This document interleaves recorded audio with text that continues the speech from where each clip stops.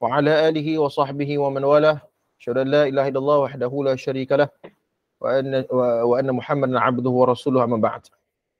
Pertama sekali syukur kerana masih lagi Allah berikan kesempatan kepada saya dan tuan-tuan untuk sama-sama kita membincangkan berkaitan dengan kisah-kisah tidak sahih di meja penceramah. Jadi pada malam ni kita sudah berada pada tajuk yang ke-11. Kita berada pada tajuk yang ke-11, iaitu tajuk berkaitan dengan kalimah umatku sebelum Rasulullah SAW wafat. Soalannya ialah, benar ataupun tidak kalimah yang terakhir yang diungkapkan oleh Nabi SAW itu adalah kalimah ummati. Tepat ataupun tidak? Okey, jadi kisah ni sangat terkenal dan mungkin ada di antara tuan-tuan perempuan sekalian sudah membaca ataupun sudah melihat kepada laman web mufti-mufti kita, antaranya Mufti Wilayah Persekutuan, mereka telah mengeluarkan berkaitan dengan perbahasan hal ini.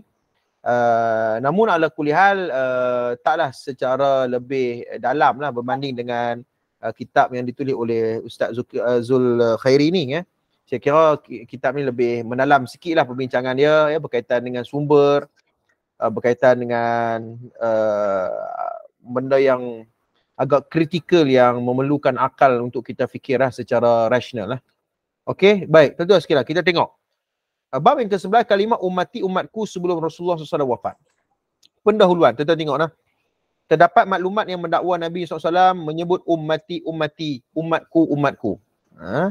Sebelum baginda Nabi SAW wafat, maklumat ini sering digunakan oleh asatizah dan agamawan bagi menyatakan kasih sayang baginda SAW terhadap umatnya, sehingga baginda menyebut sebelum menutup mata buat kali yang terakhir. Jadi ustaz-ustaz kita ni nak bagi sedap daripada ceramah dan niatnya baik sebenarnya, untuk nak bagi orang yang mendengar ceramah dia tu sedih, rasa kata Nabi ni sayang sungguh dekat umat dia, sehingga akhir sekali nak wafat pun Nabi menyebut lafaz ummati, ya Allah selamatkanlah umatku kan. Teringat kat kita ni, betul ataupun tidak? Nanti kita akan tengok. Kasih sayang baginda sudah tidak dapat dinafikan lagi. Kecintaan Nabi SAW terhadap umatnya secara jelas diterangkan oleh Allah dalam ayat yang kedua terakhir dalam surah At-Taubah yang berbunyi, laqad ja'akum rasulun min anfusikum azizun 'alaihi ma 'anittum harisun 'alaikum bil mu'minina raufur rahim. Shadaqallahul azim. Yang bermaksud, sudah datang seorang rasul kepada kamu daripada kaum kamu sendiri, berat terasa olehnya penderitaan kamu, sangat menginginkan keselamatan bagi diri kamu, amat balas kasihan penyayang terhadap orang-orang yang beriman.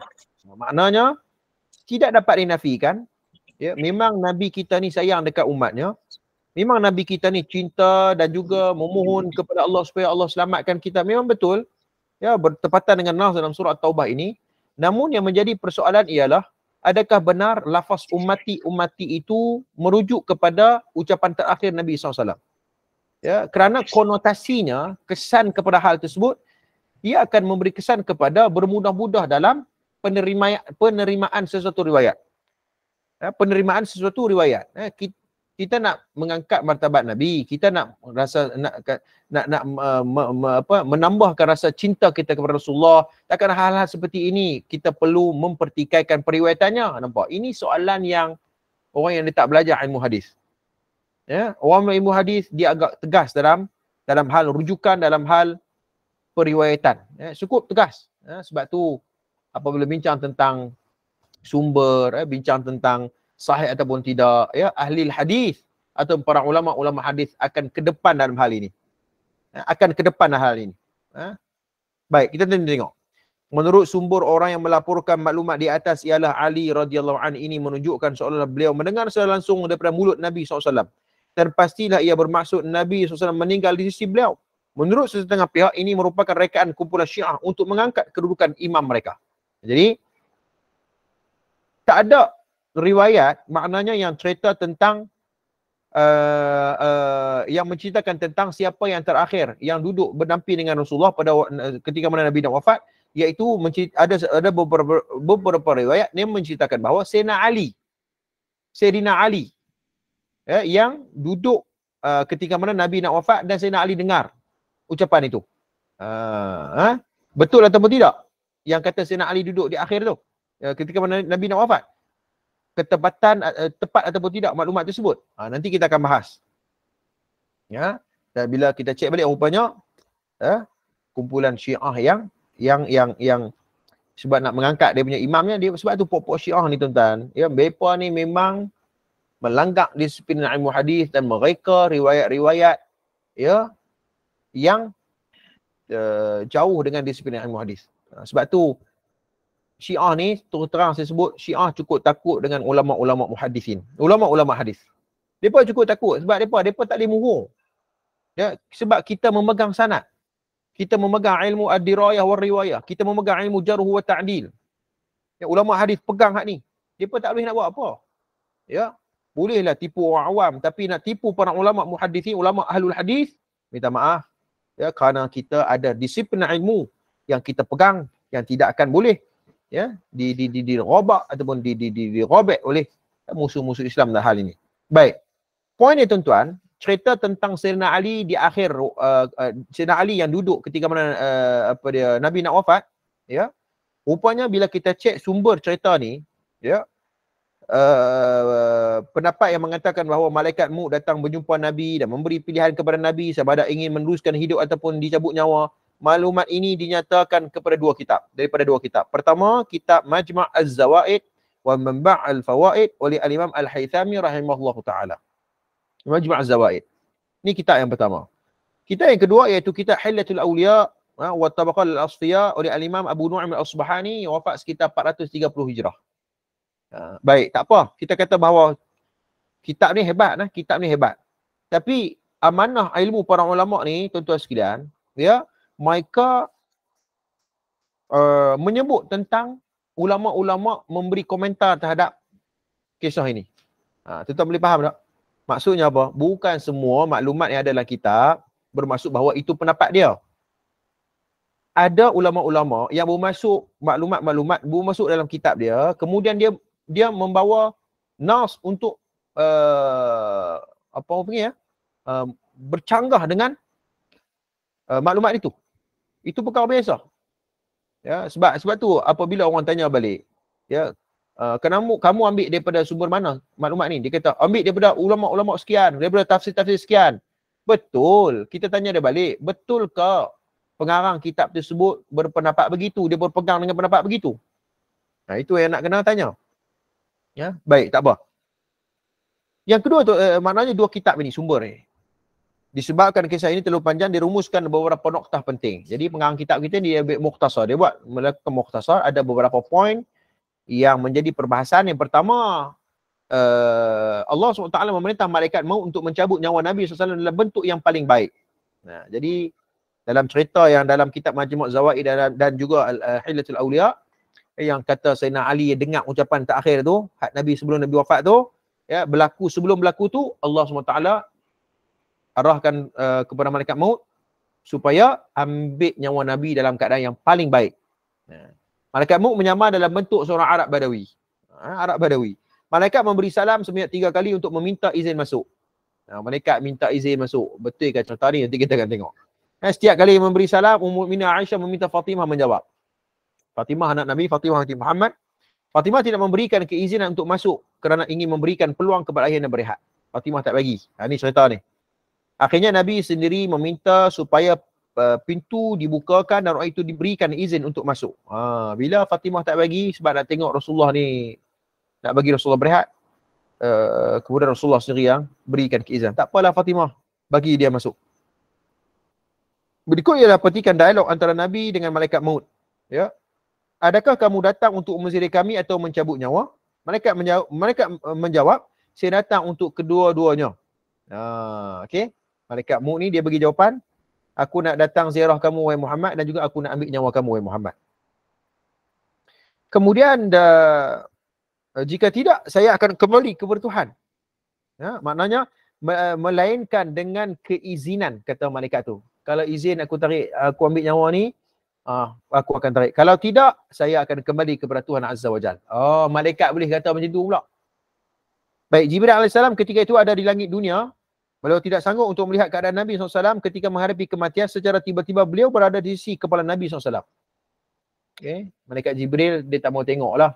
Nabi SAW ni kena ambil nyawa, sedih. Tiba-tiba Jibril duduk dekat kepala Nabi Muhammad SAW.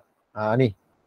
Kemudian Nabi Muhammad bertanya kepada Jibril tentang tawaran daripada Allah terhadap baginda. Jibril kemudian menjelaskan. Oh, ada tawaran pula. Malaikat bagi tawaran. Nak izin ke tak aku cabut ni ataupun aku tak cabut nyawa kamu wahai Muhammad. Kalau tak cabut tak apa, aku nak balik bertemu dengan Tuhan. Malaikat boleh buat macam tu pula kan. Kemudian Nabi SAW bertanya satu soalan yang agak menyentuh jiwa. Pertanyaan baginda SAW adalah seperti berikut. Saya ingin bertanyakan tentang kesedihan dan kedukaan saya. Apa yang akan diperoleh pembaca Al-Quran selepas pemergian saya? Apa yang diperoleh orang yang berpuasa Ramadan selepas pemergian saya? Apa yang diperoleh orang yang menunaikan haji di Baitullah Haram selepas pemergian saya? Ini soalan-soalan yang Nabi tanya dalam rujukan dalam dua buah kitab ni. Kemudian Sayyidina Ali bertanya kepada Nabi SAW, siapa yang akan memandikan baginda? Mengkafankan, mengerjakan solat jenazah, memasukkan baginda ke dalam kubur. Nabi SAW menjawab, wahai Ali, orang yang memandikan saya adalah kamu. Nampak? Syiah ni cerdik tuan-tuan. Dia apa pun dia nak angkat dia punya keturunannya. Kita tuan-tuan, kita ni diangkat, dimuliakan dengan Islam. Bukannya kita ni mereka di atas kebatilan. Nak mengangkat kedudukan kita ni dengan kebatilan. Kita bukan macam Syiah. Syiah dia nak angkat imam-imam dia terpaksa mereka hadis-hadis yang palsu untuk mengangkat keturunan dan juga pengikut dia punya imam-imam dia. Kita tak perlu itu. Kita berdiri di atas kebenaran. Kita diberi di atas nas yang sahih, yang jelas. Nah itu. Ya, Syiah dia macam tu. Dia reka. Ya. Baik. Rasulullah kata dalam riwayat ini mengatakan bahawa kamulah Ali yang tolong mandikan aku. Al-Fadl bin Al-Abbas membantumu memberikan Ali. Maknanya ada seorang sahabat Nabi lagi yang bernama Al-Fadl bin Al-Abbas. Dia yang bantu Sayyidina Ali untuk bagi ayat untuk urusan mandi jenazah Nabi SAW. Jibril adalah orang yang ketiga. Apabila kamu selesai memandikan saya, kapankan saya dengan 3 kain yang baru. Jibril akan membawakan wangian kepada syurga. Apabila kamu meletakkan saya atas katil, letakkan saya dalam masjid dan keluarlah. Orang pertama yang akan mengerjakan solat buat saya ialah Tuhan Azza wa Jal daripada atas arash. Maknanya apa? Tuhan tolong sembahyang dekat Rasulullah. Dahsyatnya Syiah punya cerita. Kemudian Jibril AS diikuti Mikail dan Israfil. Kemudian malaikat secara berombongan-rombongan. Kemudian kamu masuklah dan dalam berdiri dan saf. Jangan berada di hadapan saya seorang pun. Nabi tak bagi. Nabi kata, Nabi pesan kat Sayyidina Ali dengan seorang lagi ni, Al-Fadl bin Abbas.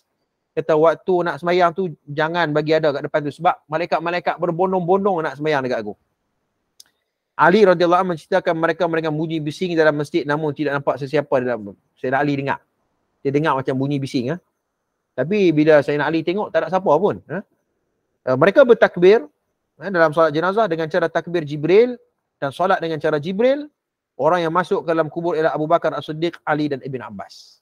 Ini di antara ringkasan cerita yang terdapat dalam 2 kitab Majma' Az-Zawaid oleh Al-Haythami. Dan yang kedua adalah Hillatul Awliya oleh Abu Nu'aim Al-Asbahani. Baik, kita tengok apa kata ulama' berkaitan dengan cerita ni. Apa kata ulama' berkaitan dengan cerita ni. Baik, kisah ini mengandungi banyak perkara yang maklumat yang pelik. Yang tidak dapat diterima akal yang sihat daripada sudut perbahasan dalil yang tertolak sejak awal lagi. Maknanya dekat sini ada 2. Kita kena kritik, kita kena critical. Yang pertama dari sudut akal. Nas, riwayat yang bercanggah dengan akal, dengan kewarasan akal. Tuan-tuan, dia tak boleh nak terima. Yang kedua iaitu dari sudut pendalilan, sumber dalil tu, periwayatannya, sanadnya. Perlu kita tengok. Maka para ulama kata, dari sudut dalilnya, awal-awal lagi bermasalah. Bermasalah, tuan-tuan sekalian. Yang kedua dari sudut akal. Akal pun bercanggah. Sebelum kita tengok perbahasan ni, tuan-tuan, saya sebentar, sebelum sebelum kita mula kuliah ni, saya ada melihat sedikit tesis Profesor Dr. Rozaimi Ramli. Ni, kita see dia, tuan-tuan. Saya beli dekat Jordan dulu. Waktu saya di Jordan, dia baru selesai Viva PhD, dan kami beli tesis dia. Kami beli tesis dia. Dan bila kita baca tesis dia tuan-tuan, ya, tesis tesis Dr. Ruzaimi ni berkaitan dengan manhaj Imam Ibn Qayyim dalam mengkritik riwayat-riwayat Al-Maghazi. Okey. Jadi bila saya tengok kitab dia muka surat 22 ni sedikit perbincangan lah kan. Ini sikit perkongsian lah. Okey, maklumat tambahan lah ya. Bila kita tengok tuan-tuan, rupanya Al-Imam Ibn Qayyim Al-Jauziyah rahimahullah ta'ala, Dr. Ruzaimi ni, di antara tesis PhD-nya, di antara tajuknya, tajuk subtopik tu, dia bincang tentang bagaimana Imam Ibn Qayyim ni, dia meneliti setiap riwayat, khususnya riwayat Al-Maghazi dan Siyar, ataupun dalam bab peperangan ni, yang bercanggah dengan akal, Imam Ibn Qayyim akan tolak. Ya, kerana hal ini disebut bahawa raddur riwayat allati yahillu aql wal uquha, ataupun ar-ra'i Ibn Qayyim fi 'arad riwayat 'ala al-aql. Ya, Imam Ibn Qayyim Al-Jauziyah mengkritik riwayat-riwayat yang bercanggah dengan akal. Kata Dr. Ruzaimi Ramli, sini saya petik daripada tesis dia sendiri muka surat 122 ni. Dia kata apa? Kama anna al-aql habbatun min Allah 'azza wa jalla li 'ibadihi liyakuna adatul litafkir, fadhalika li syari'atil islamiyah habbatun min Allah. Kerana akal ini ialah anugerah daripada Allah kepada hambanya, ya, untuk kita ni menggunakan kekuatan akal ni untuk memikirkan tentang hukum-hukum syarak. Jangan kita tolak. Sebab hari ni tuan-tuan, akal ni dia tolak tepi. Yang penting Tok Guruku. Apa hak Tok Guru kata, semua betul. Tak semestinya. Ya, kena mengkaji ya. Ya, kerana ini di antara masadirun fi tadbir syu'un hayatuhum. Kerana ialah ya, akal ni ialah untuk kita ni mengurus kehidupan kita sebenarnya dan mengurus kefahaman berkaitan dengan hukum-hukum syarak dan dalil-dalil nas. Dan kalau kita tengok dalam kitab ni, tesis PhD Dr. Ruzaimi ni dibawakan ucapan daripada Al-Imam Ibn Taymiyah rahimahullahu ta'ala. Qala Al-Imam Ibn Taymiyah rahimahullahu ta'ala, dia ambil dalam kitab Dar'ut Ta'arud Aql wa Naql, ditahqiq oleh Abdul Latif Abdul Rahman. Imam Ibn Taymiyah rahimahullahu ta'ala, kata Imam Ibn Taymiyah rahimahullahu ta'ala, fa inna Rasulullah sallallahu alaihi wasallam la yajuz alaihi an yukhalafu syai'an min al-haq wa la yaqbalu bima tahilu lahu al-uqul. Kata Imam Ibn Taymiyah, Nabi SAW bila bersabda, bila kita baca hadis, tidak boleh ia bercanggah dengan apapun, apatah lagi dalam soal kebenaran. Syai'an min al-haq.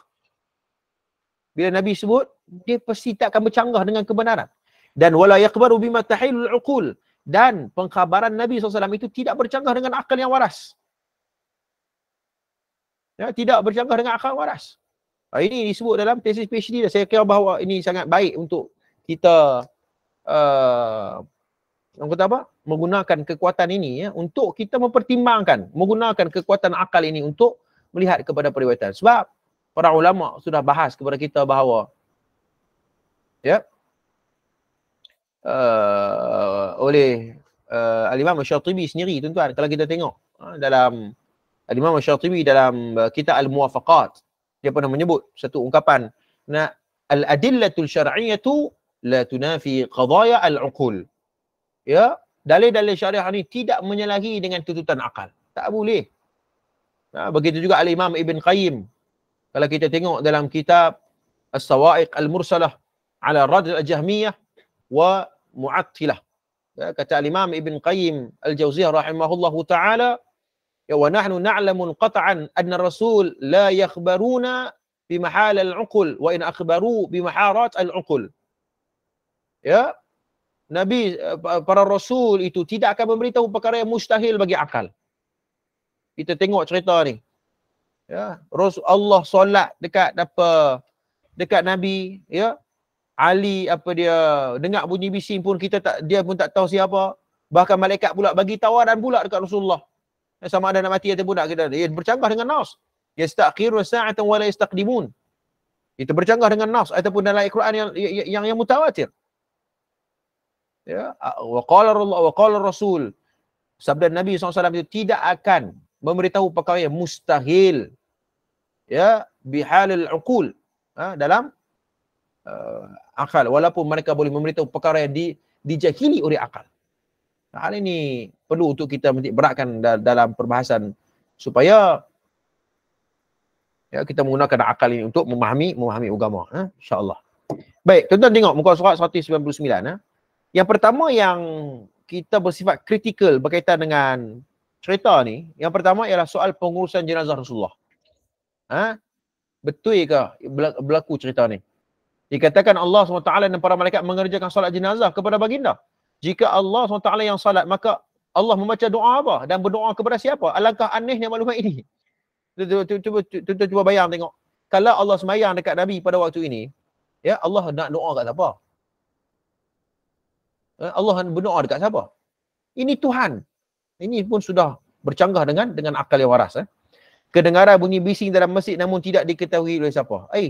Dalam masjid zaman Nabi dulu mana bunyi? Mana ada besar pun.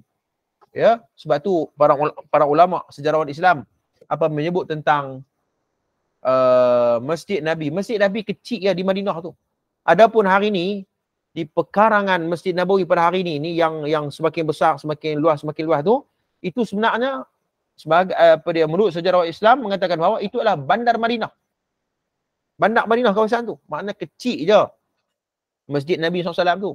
Maknanya kalau kata dengar bunyi bising, Sayyidina Ali mesti dapat pastikan bahawa siapa yang buat bunyi bising tu. Ya, ini bercanggah dengan akal. Kemudian apakah dimaksudkan dengan takbir dan solat cara Jibril? Semayang cara Jibril macam mana? Ya, kalau nak solat pastilah solat itu menurut hukum syarak. Ya, nak solat cara Jibril macam mana? Lepas ni akan ada pula solat cara Jibril. Kan?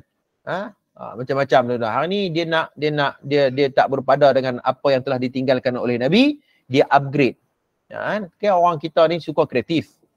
Kan? Dia upgrade lagi, dia tambah, dia buat amalan ni apa semuanya yang tidak melandaskan hukum syarak. Ya. Kemudian dia kata yang ni lah yang Nabi ajak, yang ni sekian. Padahal bila kita cek rupanya bercanggah dengan hukum-hukum syarak. Masyarakat kita ni dia kreatif. Dia tak mau benda yang apa yang Nabi tinggal tu, dia kata benda ni tak cukup, kata dia. Padahal itu yang terbaik. Al-Hadiyatun Nabawi ataupun wa khairul huda hadiyu Muhammad sallallahu alaihi wasallam. Sebaik-baik petunjuk adalah petunjuk daripada Nabi. Ya, tapi masyarakat kita dia tak mau benda-benda tu, dia nak lagi tambahan-tambahan. Saya dengar tadi ni ada seorang Ustaz Adnin kot. Dia bekas 4 tahun belajar di Tarim Hadramaut. 4 tahun belajar di Tarim Hadramaut. Dia kira orang mengaji di Hadramaut di Tarim lah. Dia kata dan sekarang ni dia dah kembali kepada sunnah, melihat kepada nafs dan sebagainya. Dia kata di sana ya dia pelik, dia guna akal yang waras. Allah berikan taufik hidayah kepada dia. Dia guna akal yang waras. Kami duduk kat sana ni, kami ni bermunajat di kubur. Ya, kami buat makan-makan di kubur. Kami solat di perkuburan. Kami buat bina-binaan di perkuburan. Ini disebut sendiri. 4 tahun dia belajar di sana. Pastinya ia bercanggah dengan nas-nas yang jelas yang Nabi SAW bagi tahu, dan dia kembali kepada sunnah. Ini pengalaman orang yang memang belajar di situ. Kita tak belajar dekat situ, cuma dengar ustaz-ustaz duk cerita kan. Ini pelajar tu sendiri. Jadi tuan-tuan sekalian, Allah SWT berikan akal kita ni untuk membedakan di antara al-haq wal batil. Ini nak kena. Sebab tu tuan-tuan, saya ingat satu ungkapan disebut oleh Al-Imam As-Subki. Ya, Al-Imam As-Subki dalam kitab Ibhaj fi Syarah Al-Minhaj. Ya, Al-Imam As-Subki rahimahullahu ta'ala, dia pernah mengatakan bahawa anna min jumlatin min rawahu anhu sallallahu alaihi wasallam ma la yuqbal at-ta'wil imma mu'aradatul ad-dalil al-aqli atau ghairi dhalik mimma yujibu 'adamu qubuluhu. Kata Al-Imam Subki rahimahullahu ta'ala, ada menyatakan 9 hadis yang diriwayatkan dari Nabi SAW, perkara yang tidak ditakwil kerana bercanggah dengan akal. Beliau menyatakan juga bahawa apabila hadis itu sememangnya tidak boleh ditakwil, maka hendaklah ditegah dan menyatakan ia datang daripada, jangan kita kata bahawa ini datang daripada hadis Nabi secara qat'i. Maksudnya apa? Kalau hadis itu bercanggah dengan akal, ya, Imam Subki kata apa? Kita kena tawakuf. Ataupun kita jangan duk takwil lagi. Ya, jangan duk pandai-pandai duk takwil. sebab bercanggah. Mungkin kita tak dapat lagi, kita tak jumpa lagi maklumat tersebut. Ya, kena cari lagi maklumat kerana ia bercanggah dengan akal yang sihat. Nah, hal-hal ini seperti ini kena gunakan akal untuk pembahasan seperti ini. Baik, kemudian. Namun perbincangan tidak menjerumus untuk membahaskan semua perkara yang dinyatakan kerana dalil tersebut sangat rapuh dan mudah dipatahkan. Baik. Al-Haythami sesudah meriwayatkan kisah ini terus memberikan komentar. Seperti mana saya sebut tadi. Ya, ulama yang amanah, bila mana dia datangkan riwayat yang bermasalah, kemudian Al-Imam Al-Haythami rahimahullahu ta'ala, dia akan cerita tentang masalah yang terdapat dalam periwayatan tersebut. Ya, apa nukilan Al-Imam Al-Haythami rahimahullahu ta'ala? Kata dia, kisah ini diriwayatkan oleh At-Tabrani, ada perawi bernama Abdul Mun'im bin Idris, seorang pendusta dan pemalsu hadis. Dia habang tak siap dah. Ada seorang perawi yang bermasalah, nama dia Abdul Mun'im, kadzab, dia reka hadis. Al-Imam Ibn Hibban 354 Hijrah dalam Al-Majruhin. Majruhin ini adalah hadis-hadis yang ditolak, yang bermasalah.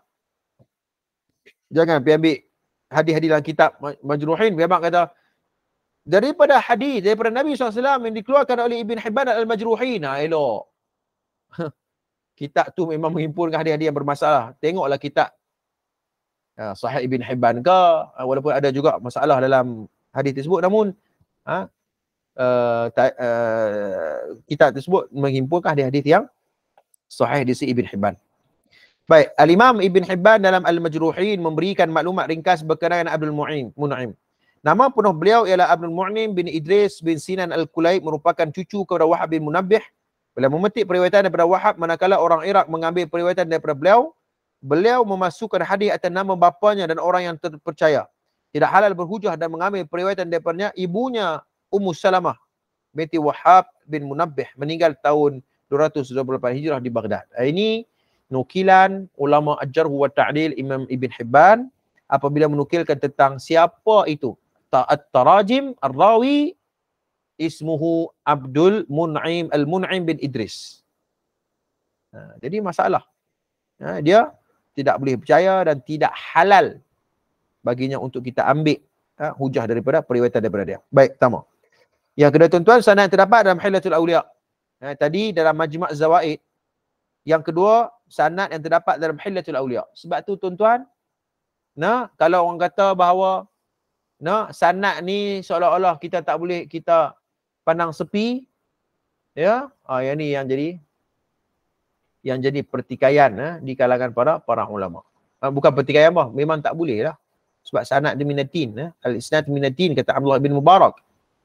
Kalau tidak, habislah orang boleh cakap ikut suka hati dia. Bismillah.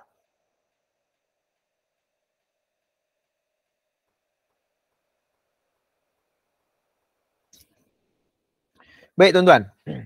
Okey, kalau kita tengok dan analisis sanad yang terdapat dalam Hilyatul Awliya, cerita yang saya sebut tadi ni, yang kata Sayyidina Ali yang mandikan, yang Sayyidina Ali yang kafankan, yang sebagainya, betul atau tidak? Cerita dalam Hilyatul Awliya. Sulaiman bin Ahmad melaporkan kepada kami bahawa Muhammad bin Ahmad bin Al-Barra melaporkan kepada kami bahawa Abdul Mu'im bin Idris. Maknanya sekali lagi sanad ni mengandungi seorang perawi yang bernama Abdul Mun'im bin Idris bin Sinan bin Kulaib. Ya, baik.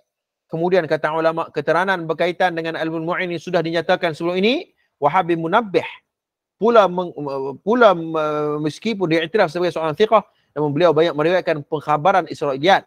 Masalah utama pada saat ini ialah cucunya Abdul Mun'im. Jadi kat sini ulama mengkaji bahawa ada dua lah bermasalah. Pertama, Tok Wan kepada Abdul Mun'im ni ialah Wahab bin Munabbih, walaupun dia thiqah tapi dia banyak meriwayatkan cerita-cerita yang Israiliyat. Israiliyat ni bukan bermaksud kita tolak ke semua, ada tawabik dia. Namun bila banyak sangat dia riwayat ni, kita tak dapat nak kenal pastikan sama ada betul maknanya orang ini dia tidak berhati-hati dalam periwayatan. Tidak berhati dalam periwayatan. Okey. Baik. Kemudian kita tengok, benarkah Nabi SAW menguncapkan ummati sebelum meninggal dunia? Terdapat satu hadis yang digunakan untuk memperihalkan perkara tersebut. Ali berkata, sesungguhnya ketika Nabi SAW berada pada penghujung nyawanya, baginda SAW menggerakkan kedua-kedua bibirnya. Saya mendekatkan telinga dan mendengar Nabi berkata dengan perlahan, umatku, umatku. Maknanya sekali lagi membabitkan Sayyidina Ali radhiyallahu an yang kata Sayyidina Ali dengar perkataan umati-umati itu. Okey? Baik, namun tidak ada satu sumber yang absah, yang sahih untuk mengenengahkan riwayat ini. Terdapat kajian menunjukkan hadis ini ada dibawa oleh Syekh Osman bin Ahmad Syakir Al-Khuwabi dalam kitabnya Ad-Durrah An-Nasihin tentang sumber asal penceritaannya. Namun hadis ini bertentangan dengan banyak maklumat lain yang ternyata lebih sahih.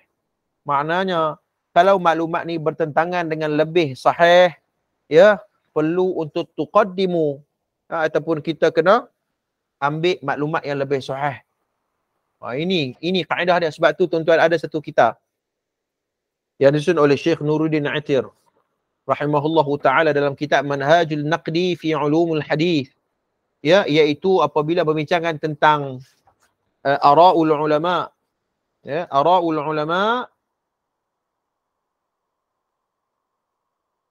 ulama fi tawfiq bain al ahadith wal munaqashatuna laha, ya, iaitu pendapat di kalangan pandangan di kalangan para ulama apabila berjumpa hadis-hadis yang bertentangan, yang ta'arud. Ta'arud maksudnya bertentangan dengan hadis yang lain. Macam mana kaedah para ulama nak buat? Pertama ialah iaitu muwafiq dulu. Muwafiq dulu, jamak dulu. Cuba untuk harmonikan dulu.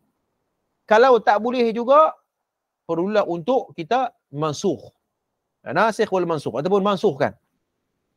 Kalau tak boleh juga, perlukan kata ulama iaitu tawaquf. Tawaquf maksudnya kita berhenti sekejap, kita tak ada jawapan. Kena kaji lagi, begitu. Jangan kita bermudah-mudah dengan mengambil, dah ada riwayat. Okey, ada riwayat A. Okey, tapi bila kita bawa riwayat B itu lebih sahih berbanding dengan hal tersebut, yang tu dia tak utamakan. Itu orang panggil di mana manhaj? Mana manhaj kamu dalam berinteraksi hal seperti ini? Jadi sebab tu tuan-tuan sekalian, saya tak saya teringin nak mengulas isu berkaitan dengan ada seorang ustaz tu yang dia menggunakan mustalahat ataupun istilah la yasah. La yasah tu bermaksud bukannya maudhu', ataupun bukannya yang ditolak, tetapi dia menggunakan apa qaul apa pun saya tak tahu. Tapi tengoklah kalau ada masa nanti insya-Allah kita akan cuba ulas sikit. Kalau ada kesempatan kita akan ulas sikit berkaitan dengan hal tersebut. Maksudnya dalam pendek kata, apa yang orang cakap ataupun apa yang disebut oleh ulama di bahagian dia, ya, semua dia mengiyakan. Ini yang kaedah yang saya kira bahawa di mana manhaj sebenarnya. Sebab kita manhaj ni adalah manhaj dengan ilmu. Ya, manhaj dengan ilmu. Sebab tu baru tadi saya berkuliah maghrib menggunakan kitab Talbisul Iblis karangan Imam Ibn Jauzi. Orang awam yang ditipu dengan iblis ni, di antara salah satunya ialah dia mengambil pendapat ulama yang kena dengan dia. Padahal banyak lagi pendapat ulama yang lain, ya, yang lebih tepat, yang lebih sahih, yang lebih kuat konkret dari sudut kehujahannya. Dia tak pakai yang tu, tapi dia pakai benda pendapat ulama yang kena dengan dia, kena dengan dia punya mazhab ataupun dengan manhajnya. Saya kira bahawa ini tidak adil dalam menilai. Kalau nak menilai dengan akademik. Sebab tu bila orang tanya respon tentang beberapa isu, orang tanya saya beberapa respon tentang isu, saya seboleh-bolehnya tak mau menempatkan diri saya duduk dalam sekolah, di mana-mana sekolah, bukan sekolah maksudnya school of thought, ataupun di mana-mana mazhab, ataupun di mana-mana tokoh-tokoh.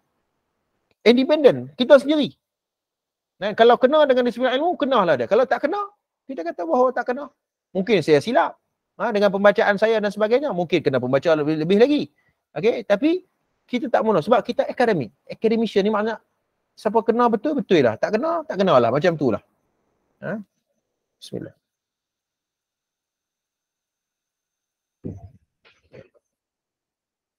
Baik. Tuan-tuan sekalian. Okey, kita tengok tuan-tuan. Yang pertama tuan-tuan, Nabi SAW muka surat 201, Nabi SAW meninggal di ribaan Ummul Mukminah Aisyah. Jadi periwayatan Ummul Mukminin tentang ucapan terakhir yang dilafazkan oleh Nabi SAW dianggap sebagai sumber yang paling sahih dan tidak boleh dipertikaikan. Maknanya apa? Bila orang buat kajian, okey, siapakah individu yang paling terakhir ketika mana Nabi wafat? Nabi wafat dekat mana? Dekat mana? Nabi wafat bila? Dan Nabi wafat dekat siapa? Individu yang terakhir yang Nabi bertemu? Bila orang buat kajian, rupanya terdapat dalam sebuah hadis yang sahih. Ya, riwayat Bukhari Muslim muttafaqun alaih. Fakanat akhirul kalimatin takallama biha Allahumma rafiqil a'la. Aisyah dengar sendiri. Ini dalam riwayat Bukhari Muslim. Adapun ucapan terakhir yang diucapkan oleh Nabi SAW, Allahumma ar-rafiqil a'la. Ya Allah, kekasih yang tertinggi. Mana hadis ni yang paling sahih. Hadis ni yang paling sahih. Begitu juga riwayat Al-Bukhari pun ada sebut hal tersebut. Benda yang sama ketika mana Aisyah radhiyallahu anha meriwayatkan hal yang sama. Nah, baik, tak apa. Sekarang kita akan pergi ke dalil. Yang kedua tuan-tuan, tidak dinafikan sahabat-sahabat Nabi SAW termasuk Ali kerap mengunjungi Rasulullah. Tidak. Di saat-saat baginda gering. Dan mereka turut meriwayatkan beberapa pesan terakhir Nabi SAW. Namun tidak ucapan umati-umati. Maksudnya apa? Tak dinafikan. Memang sahabat-sahabat Nabi yang besar ini memang sering ziarah Nabi ketika Nabi sakit. Memang mereka rajin pergi ziarah. Dan tidak ada riwayat yang sahih pun yang menceritakan tentang lafaz yang Nabi sebut umati-umati kat mereka. Tak ada pun. Nah, ini dipertikaikan dari sudut an-naql. Disebut sebagai dari sudut dalil. Lepas itu rekodkan hanya disebutkan oleh Nabi dalam beberapa keadaan sahaja. Seperti selepas baginda membaca Al-Quran dan ketika kiamat. Namun tidak direkodkan baginda ketika demikian di saat baginda gering seperti dibayangkan oleh seorang dua asatizah. Okey, memang betul Nabi pernah melafazkan dengan lafaz Allahumma ummati ummati. Betul. Ketika mana Nabi membaca dua ayat Al-Quran ini. Pertama surah Ibrahim ayat 36, yang kedua surah Maryam. Ya, apabila Nabi SAW membaca ayat Al-Quran surah Ibrahim itu faman tabi'ani fa innahu minni. Yang mana doa surah Ibrahim ayat 36 itu merujuk kepada doa rintihan Nabi Allah Ibrahim alaihi salam. Ya, berkaitan dengan ramai orang yang sesat disebabkan sembah berhala. Ya, namun siapa yang mengikuti aku, yang mengikuti ajaran Nabi Ibrahim, faman tabi'ani fa innahu minni, mereka ialah orang yang mengikut golongan aku. Nabi baca dua ayat ni, kemudian Nabi angkat tangan, farafa'a yadahu, kemudian Nabi baca Allahumma ummati ummati wa baka, kemudian Nabi menangis. Memang betul ada. Tapi hadis tu memang sahih, tapi hadis tu bukannya ketika pada Nabi nak wafat. Bukan ketika Nabi wafat. Hadis tu cerita tentang ketika Nabi membaca beberapa nas Al-Quran, Nabi baca, ya Allah selamatkanlah umatku, selamatkanlah umatku. Memang betul. Tapi kalau disabitkan seperti ini, itu tidak betul. Ini yang perlu untuk kita melihat. Objektif, rasional apabila kita menganalisis sesuatu periwayatan. Ya. Baik. Jadi bila kita seolah-olah menongkah arus, kan kita kata mana ni salah, kan dia tuduh kita macam-macam. Kan? Dia tuduh kita macam-macam. Jadi kita tuduhan-tuduhan ni sebenarnya membodohkan akal. Minta maaf saya sebut. Saya pun dulu macam tu juga, kan? Sebelum kita terjun dalam bidang ni, kita pun macam tu juga, kan? Tapi bila kita membaca, mengkaji, pendengar fasihah bersedia untuk mendengar orang yang berbeza dengan kita. Jadi hati kita akan terbuka dan kita menilai dengan ilmu. Ya, bukan dengan sentimen-sentimen, oh dia ni bukan daripada kumpulan aku, hang kumpulan aku, kita kena dengar kumpulan aku saja. No. Itu bukannya sikap orang mukmin. Fa yastami'una al-qawla fayattabi'una ahsanah. Dengar dengan baik dan ambil yang paling terbaik untuk diri kita. Kemudian ucapan terakhir Nabi SAW. Ini baru dibahaskan. Apakah ucapan terakhir Nabi SAW? Apakah ucapan terakhir Nabi SAW? Ada 3 riwayat. Riwayat yang pertama, ini merupakan ucapan terakhir Nabi SAW. Sebelum menghembuskan nafas yang terakhir, diriwayatkan oleh Ummul Mukminin Aisyah radhiyallahu anha. Tuan boleh tengok rujukannya. Direkodkan oleh Al-Imam Bukhari dalam Sahih Al-Bukhari dalam kitab Ad-Da'wat. Dan hadis ini statusnya sahih. Imam Bukhari ikut riwayat dalam Jami' Sahih dia. Cerita dia tentang apa? Urwah bin Zubair melaporkan sesungguhnya Ummul Mukminin Aisyah radhiyallahu anha berkata, ketika Nabi SAW nak wafat masih dalam keadaan ketika Nabi SAW masih dalam keadaan sihat, baginda bersabda, seseorang Nabi tidak akan diwafatkan sehingga diperlihatkan tempatnya di syurga, lalu diberikan peluang untuk memilih. Ketika malaikat maut datang kepada baginda, ketika itu kepala baginda ada di atas pangkuan saya. Nabi SAW pengsan beberapa saat, tidak lama kemudian baginda sedar kembali. Baginda menatap pandangan ke atas sambil mengucap, ya Allah, pertemukan saya dengan kekasih yang tertinggi. Allahumma rafiqal a'la. Nah, ya Ummul Mukminin berkata demikian, Rasulullah tidak memilih untuk hidup lebih lama dengan kami dan saya tahu ada ucapan yang pernah baginda ungkapkan ketika sihat. Itulah ucapan terakhir yang baginda Nabi SAW lafazkan, ya Allah, pertemukan saya dengan kekasih yang tertinggi. Maknanya ucapan yang terakhir Nabi SAW ialah Allahumma rafiqal a'la. Dalilnya apa? Boleh lihat dalam Sahih Al-Bukhari. Status hari ini hadis yang sahih.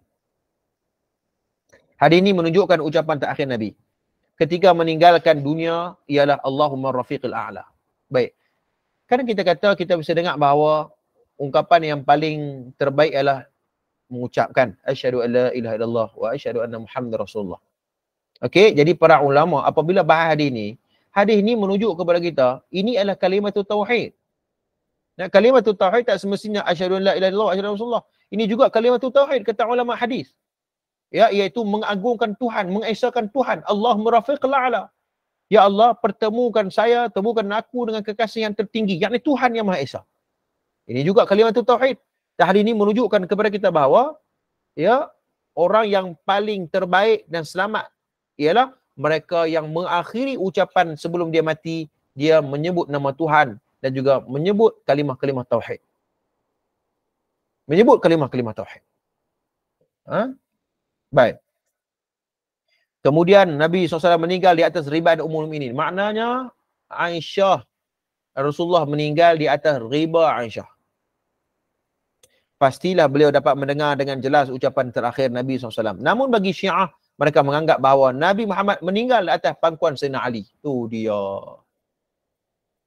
Itulah bila orang kata Syiah buat main sanad. Buat main sanad. Tengok dia punya dalil. Tengok dari sudut munaqasyah dalalah ataupun dirasat asanid dia. Bermasalah pokok Syiah ni. Bila kita cek dari sudut itu, mana masalah? Ya, mereka mengatakan bahawa Sayyidina Ali, Rasulullah wafat di atas pangkuan Sayyidina Ali. Punyalah nak angkat Sayyidina Ali. Kita bukan nak kata bahawa Sayyidina Ali ni di antara Khalifah Rashidin, di antara pemimpin ada Khalifah Islam. Ya. Baik. Menurut Ja'far As-Subhani dalam Ar-Risalah, tidak lama kemudian tanda-tanda kematian mulai nampak pada tubuh sucinya. Seseorang bertanya Ibn Abbas, Nabi Muhammad SAW meninggal di pangkuan siapa? Mereka menjawab, saat meninggal, kepala baginda Nabi di atas pangkuan Ali. Ini Aisyah. Orang itu bertanya lagi, Aisyah mengaku bahawa Nabi SAW meninggal dunia dalam keadaan kepala baginda bersandar di dada beliau. Ibn Abbas menolak pengakuan itu dan berkata Nabi SAW menghembuskan nafas yang terakhir di atas pangkuan Ali. Kuna Ali radhiyallahu anhu, saya dan Fat yang memandikan baginda Nabi SAW.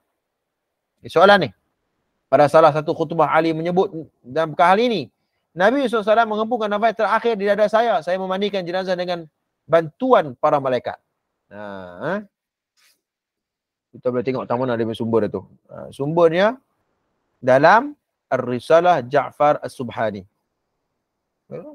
Sumber yang tidak konkret. Maka jelasnya Nabi SAW sudah membuat pilihan sebelum itu lagi untuk tidak hidup lama di dunia. Ini membuktikan melalui hadis-hadis yang sahih. Ya, iaitu kita boleh tengok dalam muka surat 204 dan 205. Ya, hadis ini riwayat Imam Muslim juga, ya, menyatakan bahawa walaupun ulama bersetuju Nabi diberikan keizinan untuk membuat pilihan, namun kisah malaikat maut datang dan berdialog dengan Nabi adalah ditolak.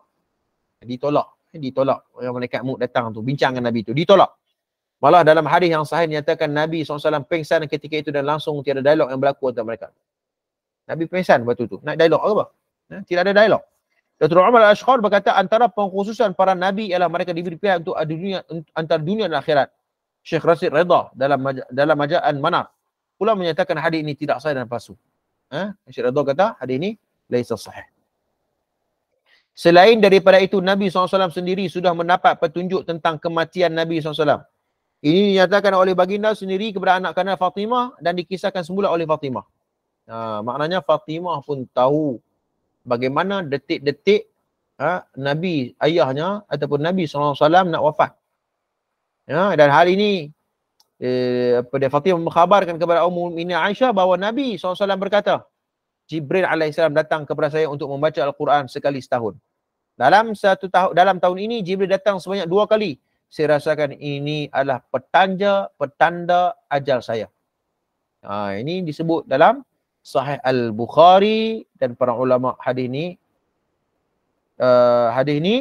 diriwayatkan secara muallaq. Tuan-tuan ingat tak perbahasan muallaq? Ilmu ulum hadis. Ingat tak? Kan Imam Bukhari bukan sengaja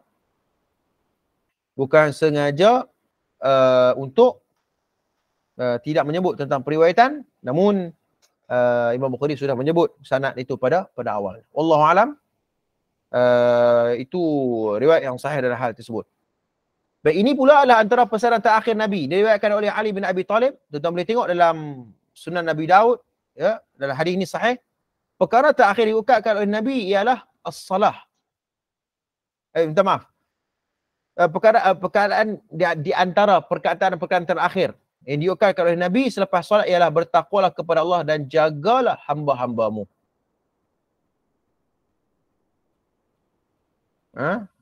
Wa awsan nasa faqal as-salatu wa ma malakat aymanakum. Wa ma malakat aymanakum. Hadis sahih riwayat Abu Daud dalam Sunan. Maknanya apa? Nabi pesan supaya bertakwa. Ni di antara perkataan-perkataan yang sebelum Nabi nak wafat ni. Bertakwa dan jagalah hamba-hamba kamu. Pertama. Yang kedua, selain itu, di antara pesanan terakhir juga, boleh lihat dalam Majma' Az-Zawaid oleh Al-Imam Al-Haythami rahimahullahu ta'ala, iaitu sesungguhnya perkataan terakhir Nabi SAW ialah keluarkan Yahudi Hijaz dan Najran dari semenanjung Arab. Nabi suruh keluarkan orang Yahudi ni di bumi Hijaz ni. Sebab Yahudi ni, seperti mana kita tahu bahawa mereka memungkiri janji. Mereka memungkiri janji Nabi SAW, janji bersama dengan orang Islam. Bahkan mereka berlaku zalim, tipu dan timbangan, khianat terhadap perjanjian. Maka orang yang macam tidak ada tempat di sini. Sebab tu Nabi bagi tahu begitu. Ini sebut dalam Majma' Az-Zawaid. Baik, kesimpulannya kita tengok. Ucapan terakhir Nabi adalah Allah murafiqil a'la. Itu yang paling sahih. Bukannya ummati sebagaimana masyhur di kalangan masyarakat kita. Jadi tuan sekalian, masyhur tidak semestinya betul. Majoriti tak semestinya tepat. Sebab hari ni kerana orang guna perkataan, majoriti kata macam tu kot. Majoriti pun kalau benda tu bercanggah dengan fakta ilmu, fakta ilmiah, nak berpegang kepada majoriti tu ke? Okey? Kalau tidak, bagaimana Nabi SAW pada awalnya yang bersifat sangat minoriti. As-sabiqun al-awwalun. Majoriti pada waktu itu ialah mereka menyembah berhala. Takkan nak kata bahawa sembah berhala itu betul. Jadi majoriti ataupun tidak, itu soal yang kedua. Yang penting ialah apa maklumat yang disampaikan. Masyhur tak semestinya tepat. Nabi SAW dan para anbiya lain semuanya diberikan peluang sama ada untuk terus hidup atau memilih kematian. Namun, kisah malaikat meminta izin adalah tidak benar. Terdapat maklumat mengatakan Nabi SAW sudah membuat pilihan lebih awal. Allahu alam. Ini di antara perbahasan berkaitan dengan, saya kira bahawa dua aspek lah. Pertama, aspek bercanggah dengan akal. Yang kedua, aspek bercanggah dengan sanad ataupun periwayatan yang lebih sahih dan sebagainya. Wallahu alam. Itu perbincangan kita pada malam ini. Jadi insya-Allah saya rasa saya berhenti dekat tu dulu kot. Sebab saya nak buat persiapan untuk pergi ke Kuala Lumpur. Nak pergi pesta buku. Jadi nak buat persiapan. Jadi saya mohon untuk saya berhentilah untuk perbincangan kita pada malam ni. InsyaAllah pertemuan akan datang kita akan bahas tajuk yang ke-12, cerita tentang Sayyidina Umar Al-Khattab dimarahi oleh isterinya. Betul ataupun tidak, nanti kita akan bincang. Wallahu alam, saya buka soalan kalau ada.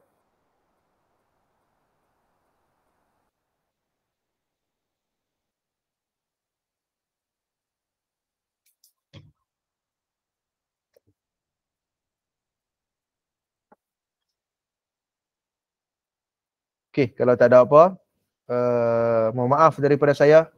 Jadi insya-Allah kalau tak salah saya, kuliah saya hanya sebulan 2 kali saja.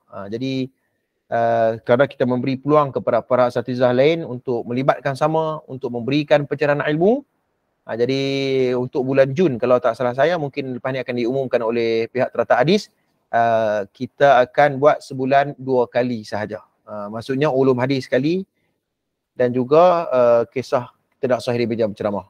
Jadi sebulan 2 kali saja, minggu keempat macam ni. Jadi terima kasih semua, jumpa lagi. Aku qauli hadza wa astaghfirullahal azim li wa lakum. Wassalamualaikum warahmatullahi wabarakatuh. Salam. Terima kasih. Sama baik, barakallahu fiik. Sama baik. Terima kasih Ustaz.